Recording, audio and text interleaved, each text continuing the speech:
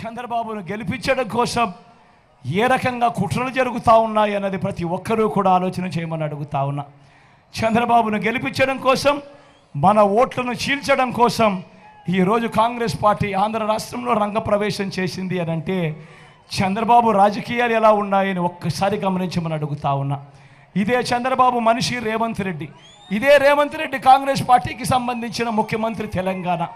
ఒకవైపున పట్టపగలు బీజేపీతో కాపురం చేస్తాడు, రాత్రిపూట కాంగ్రెస్తో కాపురం చేస్తాడు ఈ పెద్ద మనిషి చంద్రబాబు.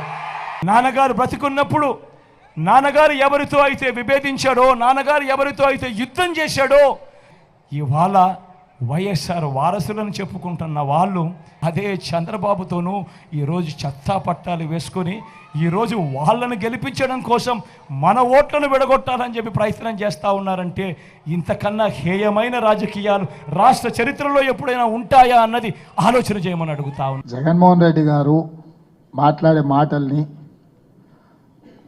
సొంత చెల్లి కన్న తల్లి నమ్మడం లేదు.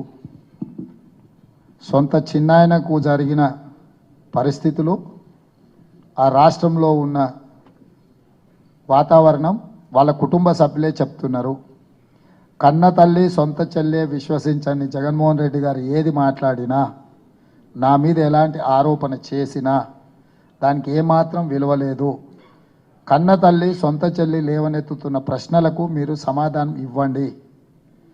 వాళ్ళ యొక్క ఆలోచన, ఆవేదన మీ కుటుంబ అంతర్గత విషయమైనా బహిరంగంగా రాజకీయ వేదికల మీద చర్చ జరుగుతుంది కాబట్టి జగన్మోహన్ రెడ్డి గారు దాని మీద దృష్టి పెడితే ప్రయోజనం ఉంటుంది.